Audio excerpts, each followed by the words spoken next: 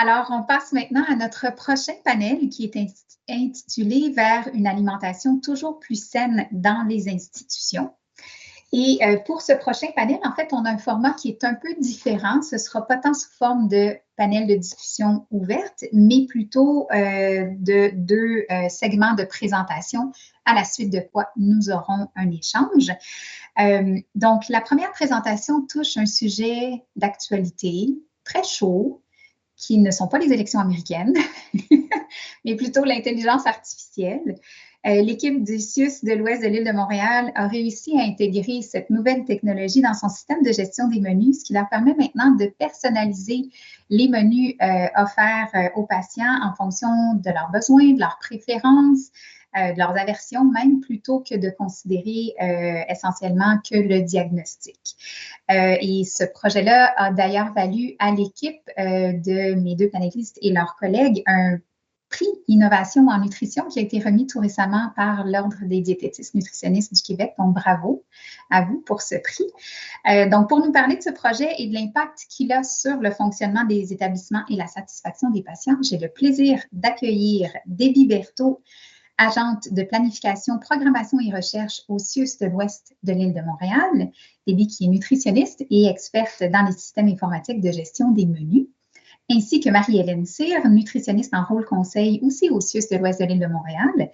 Marie-Hélène possède des expériences variées dans divers milieux cliniques et en gestion des services alimentaires, ainsi que dans la mise en œuvre et la gestion de systèmes informatiques de menus. Bonjour à vous deux.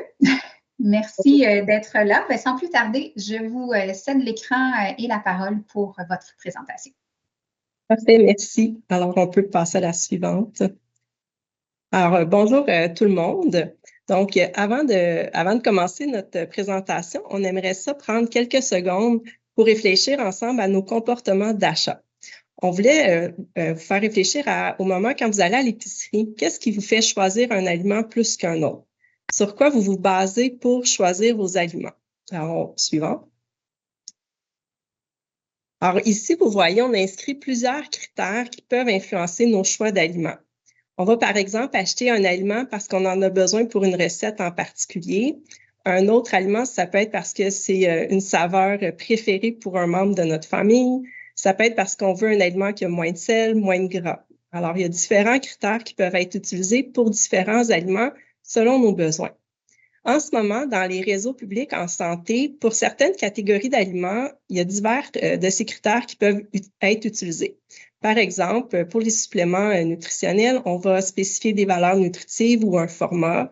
Ou encore, pour les yogourts, on va aussi pouvoir spécifier un format, une texture et des valeurs nutritives pour les critères d'achat avec les contrats.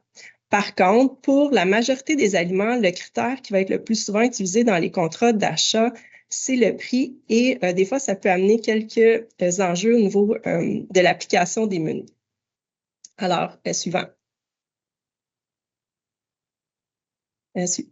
Alors, aujourd'hui, on va voir quels critères d'aliments pourraient être utilisés en institution de santé publique et pourquoi ce serait important de le faire. De démontrer comment l'application de ces critères se fait avec la calibration par l'intelligence artificielle et les avantages que ça pourrait avoir sur les achats locaux. Suivant. Donc, comme vous pouvez voir ici, il y a plusieurs critères que nous considérons importants pour l'achat d'aliments en institution de santé. Suivant. Ces critères ne se retrouvent pas sur la plupart des contrats d'achat en ce moment, mais sont utilisés pour bâtir les menus et définir l'offre alimentaire. Établir des critères pour les aliments sur les contrats permettrait de s'assurer que les aliments octroyés au contrat suivent aussi les critères pour les aliments déjà au menu. Suivant. En établissant des critères spécifiques d'aliments, ceci garantit que l'aliment continuera à respecter les balises nutritionnelles établies pour les recettes. Ainsi, celles-ci demeurent standardisées autant en termes qualitatifs que quantitatifs. La raison pour laquelle les aliments et recettes doivent être standardisés à l'aide de balises en milieu hospitalier est que les menus doivent rencontrer les besoins thérapeutiques et particularités des usagers. En milieu de soins, le menu est un outil thérapeutique utilisé pour aider les usagers à maintenir ou rétablir leur santé. On peut voir les aliments comme des médicaments et en anglais, l'expression est « food is medicine ». Suivant. Donc, les raisons pour lesquelles il est important de respecter les besoins thérapeutiques des usagers et que le statut nutritionnel de l'usager est un déterminant important de la santé et a un impact, entre autres, sur la durée de séjour, donc aussi sur les coûts associés à une hospitalisation. Par exemple, une personne qui est dénutrie va rester en moyenne 3 jours de plus à l'hôpital. Suivant. Un des facteurs les plus importants pour maintenir et améliorer l'état nutritionnel est de s'assurer que les aliments soient en accord avec les préférences des usagers et que leur apport soit adéquat pour leurs besoins nutritionnels. C'est aussi important de limiter les restrictions qui sont non nécessaires pour assurer une plus grande variété d'aliments. Donc, en sachant que les apports nutritionnels sont grandement influencés par les préférences et la variété, nous avons voulu trouver une façon pour que les aliments offerts aux usagers puissent mieux combler ces facteurs pour améliorer la prise en charge thérapeutique nutritionnelle. Suivant. Donc, dans notre CIUS de l'Ouest de l'île de Montréal, la collaboration entre les services alimentaires et la nutrition clinique est encouragée depuis très longtemps. Et cette collaboration permet d'offrir des soins nutritionnels de qualité aux usagers. Suivant. Ceci se fait puisque cette collaboration favorise les meilleures pratiques, améliore les compétences professionnelles, encourage le réseautage et la collaboration en divers professionnels, ce qui aide à satisfaire les besoins nutritionnels et ainsi améliorer la prise en charge nutritionnelle des usagers. Donc, comme nous avions déjà cette collaboration, nous avons pu en tirer profit pour mettre en place un projet innovateur qui allait permettre d'optimiser et d'améliorer le traitement nutritionnel des usagers. Et ça nous permet en même temps de mieux définir des critères d'achat pour certains aliments. Suivant. Ce projet est l'utilisation de la fonction d'intelligence artificielle du logiciel de gestion de menu, qui détermine de façon automatique les aliments à offrir aux usagers selon les besoins de ceux-ci. Suivant. L'utilisation de l'IA permet de personnaliser les menus plus facilement, tout en assurant une plus grande variété d'aliments disponibles et en respectant les goûts et aversions et valeurs nutritives pour la personne. Suivant. Donc, voici un exemple de régime avec une restriction en potassium pour lequel la variété d'aliments a été augmentée par l'utilisation de l'IA. Dans la colonne bleue, on peut y voir que plus d'aliments peuvent être mis au menu en fonction des besoins spécifiques. Suivant. En définissant les balises nutritionnelles du menu, des recettes et des aliments pour implanter l'outil de calibration, ceci a permis d'assurer que le menu soit toujours pertinent, que le menu demeure équilibré et varié par l'utilisation de la calibration et a permis une flexibilité quant à l'utilisation d'aliments spéciaux pour des menus de fête ou saisonniers. Suivant.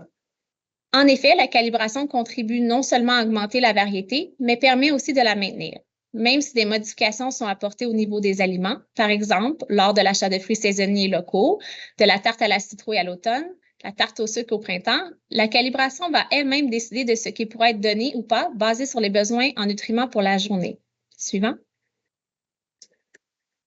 Ainsi, la gestion des aliments dans le système informatique est facilitée par l'utilisation de ces critères par l'IA. Avant, l'ajout d'un aliment simple comme une tarte à la citrouille aurait nécessité une analyse et une saisie manuelle pour tous les régimes afin de définir les permissivités. Alors que maintenant, il s'agit simplement d'ajouter l'aliment et ses valeurs nutritives dans le système de gestion de menu et laisser l'IA faire son travail.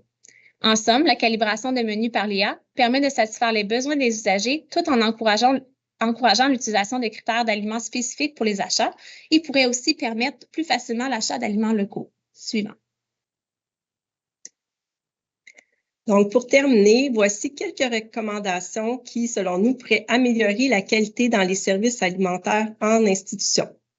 Afin de s'assurer que le menu et l'offre alimentaire demeurent pertinents pour les besoins des usagers dans les établissements de santé, il pourrait être intéressant d'encourager une collaboration soutenue entre les services de nutrition clinique et les services alimentaires. Pour les autres types d'institutions, toujours s'assurer que les besoins et préférences de la clientèle cible soient toujours considérés dans l'offre alimentaire. Suivant. L'ensemble des institutions de santé pourraient aussi se réunir pour établir des balises nutritionnelles et des critères d'aliments provinciaux afin que ces critères puissent être utilisés dans des contrats d'achat groupés. Suivant. Et l'utilisation des critères d'aliments établis pourrait aussi permettre aux producteurs locaux de s'adapter plus facilement aux besoins de la clientèle et ainsi favoriser la possibilité de s'approvisionner avec des aliments locaux.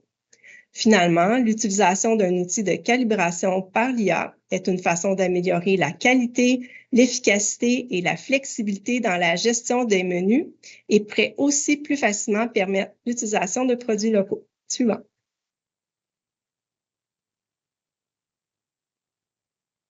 Merci beaucoup, mesdames. Merci à vous deux pour cette belle présentation. Je suis sûre que ça doit générer beaucoup d'intrigues et de questions de la part de ceux qui nous écoutent. Je vous invite, si vous en avez, à commencer à les entrer ou à nous les envoyer, mais on va y répondre seulement après la prochaine présentation, ce qui me permet d'accueillir maintenant Laszlo Damkovic, qui est chargé de projet au Centre d'expertise de l'ITHQ, cumulant plus de 20 ans d'expérience en gestion de projet dans différents domaines. Il nous parlera aujourd'hui du programme d'accompagnement axé sur les valeurs nutritives au menu qu'offre l'ITHQ aux institutions du Québec. Laszlo, la parole est à vous.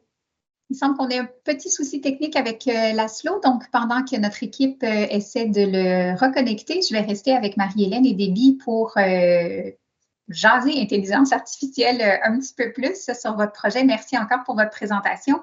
Une des premières réactions ou questions qui me venaient en tête que j'aimerais vous demander, c'est bon, c'est quand même pas banal comme changement et comme introduction d'outils technologiques. Comment s'est passée la formation des employés et comment est-ce qu'ils ont réagi à l'introduction d'intelligence artificielle dans vos murs? Je dirais qu'au début, c'est sûr qu'il y a beaucoup de questionnements. On vient changer un petit peu le fonctionnement de leur travail, mais en même temps, le but, ce n'est pas d'enlever le travail de personnes, c'est vraiment d'optimiser. C'est de cette façon-là qu'on l'a amené d'une façon positive. On a rencontré les gens, puis aussi, on les a inclus dans des projets pilotes. Donc, plus qu'ils étaient inclus, ils pouvaient donner leur rétroaction. C'est ça qui nous a aidés à long terme. C'est vraiment de les avoir qui comme s'adaptaient et aimaient le projet. Puis c'est eux qui ont été notre porte-parole après. Donc, c'est vraiment ça qui nous a beaucoup aidés, c'est de faire des projets pilotes puis de les amener à voir les bienfaits, là. Excellent. Alors, on a déjà beaucoup de questions qui sont entrées, fait que je vais commencer à faire un tour, toujours en attendant Laszlo. Donc, il y a Maud Tessier-Grenier, qui est chef de service au CHU de Québec, qui nous demande quelle est la technologie ou le système information utilisé pour la calibration des menus. On utilise, c'est avec Nutritech, c'est le système de gestion de menus WinVision. OK. Parfait. Ensuite, il y a Reza Fernandez qui est Manager Ingredients Division chez Lock Industries en Montérégie, qui nous demande comment l'IA est capable d'identifier les bons ingrédients à utiliser dans les menus et faire le lien avec l'offre alimentaire disponible. C'est qu'en fait, tous les aliments sont mis dans le système informatique avec leurs valeurs nutritives. Donc, c'est vraiment la base, c'est d'avoir toutes les valeurs nutritives de tous les aliments qui peuvent être mis autant directement sur un menu que dans une recette. Et par la suite, quand les recettes sont standardisées, ça va donner une valeur nutritive à la recette, à la portion qui est servie à l'usager. Et c'est à partir de là que le système informatique, basé sur la valeur nutritive de la portion qui devrait être mise au menu, va décider si ça peut être donné ou pas à l'usager en fonction de ses besoins pour ce repas-là ou pour la journée au complet. Si je comprends bien, dans le fond, c'est comme une double base de données. Vous avez d'abord un répertoire de toutes les valeurs nutritives de tout ce qui entre dans l'hôpital au niveau alimentaire, tout ce à quoi vous avez accès comme aliment. Il y a aussi tout le répertoire, j'imagine, des critères nutritionnels en lien avec chacune des conditions de santé ou ce qui pourrait être exigé ou souhaité par un patient. Puis ultimement, le système permet un croisement de ça. Ici, j'ai bien compris aussi, corrigez-moi si je me trompe, mais un des avantages qui me semble assez percutant dans cette nouvelle approche-là versus ce qui était fait au préalable, c'est que là, c'est plus juste une analyse individuelle de chaque mets qui est servi, mais le repas est analysé de manière globale dans son ensemble et c'est probablement là un peu la clé qui permet d'aller ajouter certaines choses ou certains aliments. Mais exactement, dépendamment. Par exemple, c'est un exemple facile qui me vient en tête. C'est ça. dépendamment des nutriments. Donc, exactement pour les glucides, on va faire une analyse par repas. Donc, dépendamment de la personne, le besoin qu'elle a en glucides pour ce repas-là qui va avoir été identifié. Alors, si on dit c'est 60 grammes de glucides pour le dîner, le système va prendre en considération tous les aliments qui pourraient être mis dans son plateau de repas pour le dîner et va décider des aliments qui vont être mis ou pas pour le repas en s'assurant que ça fasse un repas complet, bien entendu.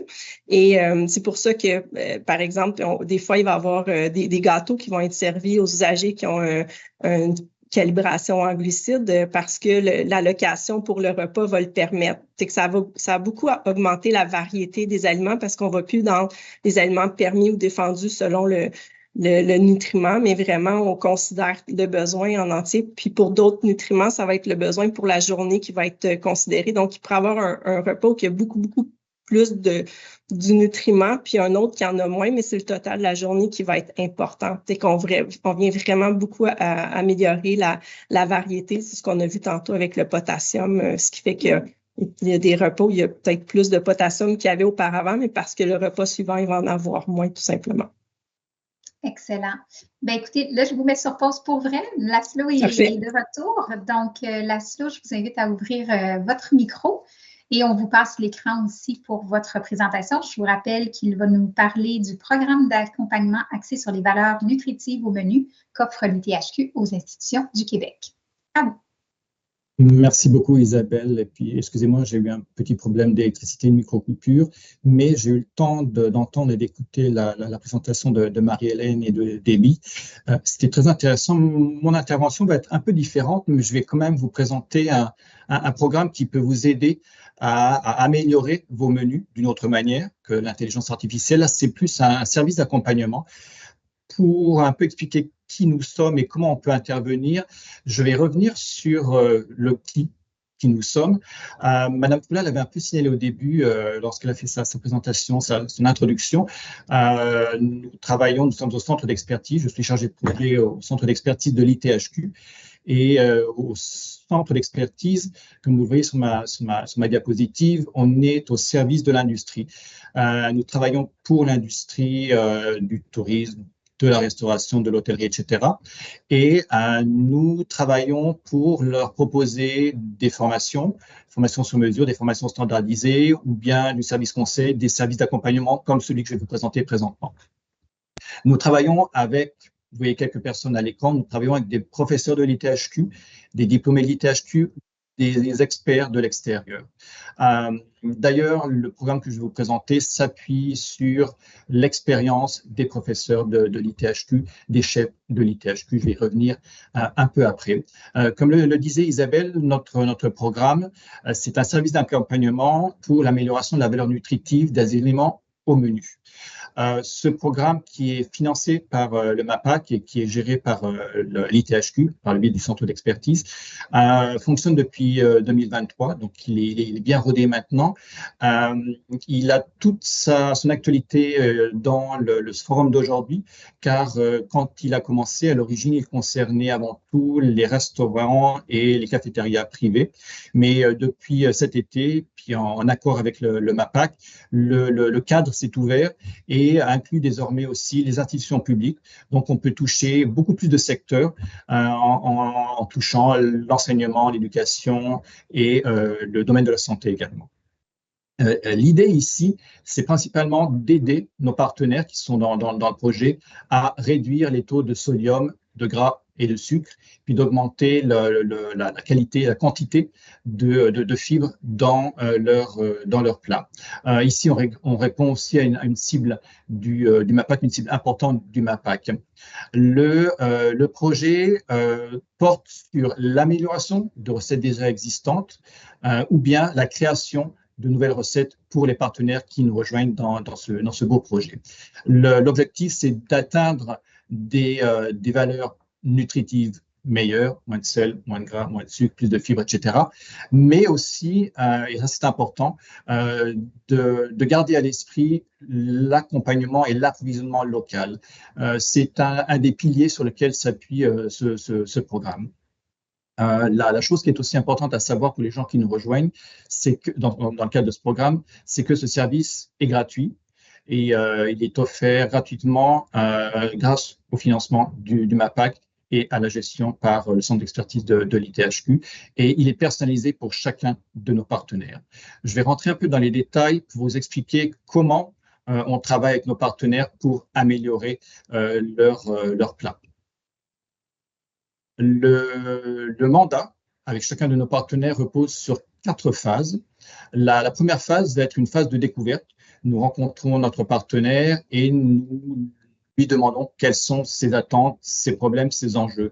C'est lui qui connaît ses menus, c'est lui qui a certains soucis, certains enjeux auxquels il faut répondre. Et nous sommes là pour l'aider tout au long de ce processus. Donc, c'est une discussion pour savoir si le partenaire veut améliorer des recettes déjà existantes, souhaitant créer de nouvelles par rapport à sa clientèle. Après avoir posé les bases de la demande et on va répondre à la demande de notre client, la deuxième étape va être un travail avec le client en cuisine, les cuisines de l'ITHQ, mais également ses cuisines, pour développer et parfaire les recettes que nous souhaitons améliorer ou créer pour lui. La troisième étape, ça va être le travail au sein des cuisines du partenaire pour standardiser les recettes qui ont été créées et ainsi répondre aux demandes bien spécifiques et souvent à la clientèle bien spécifique de ce client. On ne va pas standardiser les recettes de la même manière quand on travaille pour une grande chaîne de restaurants privés que pour, disons, un petit traiteur qui travaille pour les CPE ou des garderies. Et la quatrième et dernière étape, qui est une originalité pour nous, c'est d'aider le partenaire à faire la promotion de cette belle réussite qu'on aura menée avec lui et de faire une communication basée sur les recettes qui ont été créées et puis ainsi de faire aussi la promotion de ce client et de ses réussites. Si je rentre un peu dans les détails de ces 4 étapes, la première étape, donc avec notre client, va être de déterminer de déterminer le nombre de recettes sur lesquelles nous voulons travailler. Vous voyez, on peut aller de 1 à 10 recettes. À nouveau, c'est toujours sur la base des demandes du partenaire pour répondre au mieux à ces demandes. Il y a 2 manières d'intervenir sur les recettes que le client nous souhaite retravailler, à savoir soit prendre une recette déjà existante et l'améliorer, en baissant le taux de sel, de gras, de sucre, etc., ou bien créer à sa demande une nouvelle recette. Un point important également, et là, c'est le travail de la nutritionniste ou des nutritionnistes qui travaillent dans notre équipe de spécialistes, c'est de bien mesurer la valeur nutritive des aliments déjà existants et de proposer des nouveaux plats, des nouvelles recettes avec des valeurs nutritives qui répondent à notre demande, donc baisser les taux de gras, de sel, de sucre, etc. Le dernier point dans cette étape, c'est la prise en compte de l'accompagnement local et de l'approvisionnement local. Comme je vous le disais, c'est quelque chose d'important. Nous travaillons avec la SNAC pour également, si le client est d'accord, lui proposer des ingrédients alternatifs qui soient locaux, donc ainsi donner vraiment un caractère local québécois aux recettes nouvelles que nous allons améliorer avec notre client. La deuxième étape, vous voyez présentement à l'écran, c'est le travail en cuisine. Donc, on va avoir un co-développement si on veut créer de nouvelles recettes avec lui, ou bien l'amélioration de recettes pour ce client. Ce travail en cuisine, ça va être l'objet de 4 à 6 ateliers, principalement à l'ITHQ. Donc, notre partenaire envoie 1 ou 2 cuisiniers grand maximum ici à l'ITHQ pour travailler avec nos chefs pour faire des essais de recettes améliorées. Il va également retourner chez lui, faire ses recettes de son côté, voir si ça fonctionne, si ça ne fonctionne pas, revenir à l'ITHQ et essayer avec nous, avec nos chefs, pour mener ce projet, ce déroulement d'amélioration de la recette. Donc, vous voyez, toujours être à l'écoute de notre partenaire et l'aider en cuisine, autant à l'ITHQ que dans ses cuisines à lui. Il y a aussi un processus de test, de dégustation. À la suite du travail en cuisine, on va faire déguster ces plats. Une de ces étapes de dégustation va se faire à l'ITHQ. Dans la cafétéria de l'ITHQ, on va proposer ces nouveaux plats à la cafétéria pour que les gens puissent les goûter et les noter directement lors de leur lunch. Même chose, il va y avoir des tests du côté de la cuisine de notre partenaire. La valeur nutritive est toujours suivie. Nous travaillons de près avec nos nutritionnistes pour proposer les valeurs nutritives les plus adaptées aux nouvelles recettes ou recettes améliorées que nous travaillons avec notre client. L'étape suivante, qui est celle de la standardisation de ces nouvelles recettes, est aussi une étape importante, car on sait que changer des recettes, changer des ingrédients, changer des habitudes, ça peut être quelquefois difficile pour des petites entreprises, des petites compagnies, des petites institutions. Donc, notre équipe est là pour continuer à les suivre.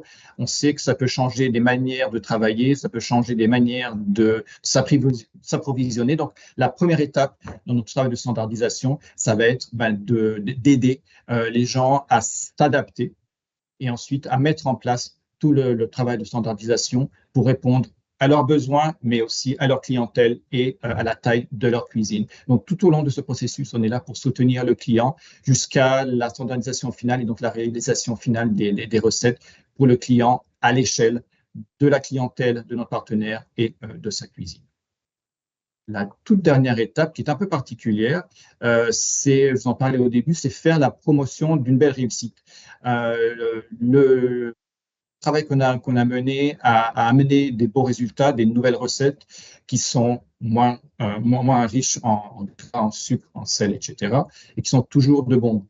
Faire une campagne de communication, c'est mettre de l'avant ce programme, le travail du MAPAC, le travail de l'ITHQ, mais aussi la réussite du client. Donc, faire la promotion autant en interne, si c'est une grande compagnie, mais aussi à l'externe, pour une petite institution. Donc, la faire connaître et faire connaître ses réussites. Et là aussi, on accompagne tout du long notre partenaire pour la mise en place d'une stratégie de communication et puis l'utilisation des différents médias sur lesquels on peut faire passer l'information. Je terminerai juste en vous précisant, vous voyez à l'écran nos points de contact. Si vous avez un intérêt pour ce programme, contactez-nous. Si cela vous donne des idées pour d'autres types d'interventions que nous pourrions soutenir ici au centre d'expertise, n'hésitez pas non plus à nous contacter. Je terminerai peut-être en vous précisant que ce travail est un travail qui, comme je le précise au début, est gratuit. La seule chose qu'on demande à nos partenaires, c'est de l'investissement en temps. Donc, libérer du temps pour leurs cuisiniers pour venir faire les tests ici ou faire des tests chez eux. Une petite demande également si on vient faire des tests chez eux. Donc là, ils nous fourniront leurs propres ingrédients. Ils s'approvisionneront pour leurs propres ingrédients. Et ça, c'est un travail qui peut prendre 20 à 25 semaines parce que c'est un travail qui demande du temps. Je l'expliquais tantôt. On fait les tests en cuisine chez nous, ils retournent chez eux faire des tests. Donc, il y a toujours un va-et-vient entre les différentes cuisines afin d'arriver au meilleur résultat possible pour chacune des recettes sur lesquelles nous travaillons. Et nous sommes conscients que les cuisiniers de nos partenaires, comme les chefs, les cuisiniers, les experts de l'ITHQ, ont aussi d'autres à mener parallèlement. Donc, c'est toujours trouver avec nos partenaires le bon calendrier pour pouvoir mettre en place ce travail d'amélioration de la valeur nutritive des aliments. Voilà, Isabelle. Merci beaucoup, Laszlo. Très intéressant comme programme. Écoutez, nous sommes arrivés au bout du temps qu'on avait pour ce panel-là, mais je ne veux pas vous laisser partir tous les trois sans vous poser chacun au moins une question parmi la multitude de questions qu'on a reçues. Si c'est possible, d'essayer d'y répondre le plus succinctement possible, mais je les trouvais quand même intéressantes. Je reste sur vous quelques instants, Laszlo. Dans le cadre d'une institution qui fait affaire avec un fournisseur de services sous contrat, donc l'institution ne gère pas directement ses menus, c'est probablement un concessionnaire qui s'en occupe. Est-ce que les deux peuvent et doivent être impliqués? Oui, tout à fait. L'idée, c'est d'avoir toutes les parties prenantes. Comme je disais tantôt, on ne peut pas avoir des équipes trop importantes parce qu'on va travailler dans une cuisine. Mais effectivement, si d'autres partenaires sont impliqués, c'est bien d'avoir un représentant à côté de cuisinier qui gérera les menus, l'amélioration ou la création des menus. Merveilleux. Et Marie-Hélène et Déby, question. En fait, il y a une multitude de questions qui sont rentrées qui touchent le travail des techniciennes en diététique. Certaines personnes semblent y voir donc certains avantages dans la réduction ou la redéfinition de leur travail, de l'inquiétude aussi au travers de tout ça. Donc, comment se fait la transition pour les techniciennes et comment leur rôle est redéfini maintenant que vous utilisez l'intelligence artificielle?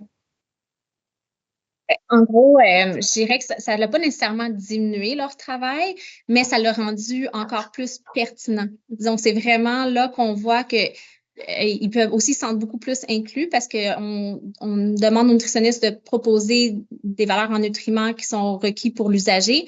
Et donc, là, ils ont beaucoup plus de latitude. Ils peuvent plus jouer avec le menu, sachant qu'ils vont rencontrer quand même les besoins des usagers. Versus avant, il fallait qu'ils demandent à la nutritionniste, peux-tu permettre le gâteau? Est-ce que je peux pas? Versus là, le système travaille pour eux, puis ça leur permet de rencontrer les besoins que la nutritionniste va avoir prescrits. En fait, c'est quand ils visitent les usagers. Donc, si l'usager mentionne une préférence, alors ça leur permet plus facilement de savoir s'ils peuvent ou pas appliquer cette préférence-là parce que de toute façon, le système va en tenir compte et il va ajuster le menu en fonction de ça.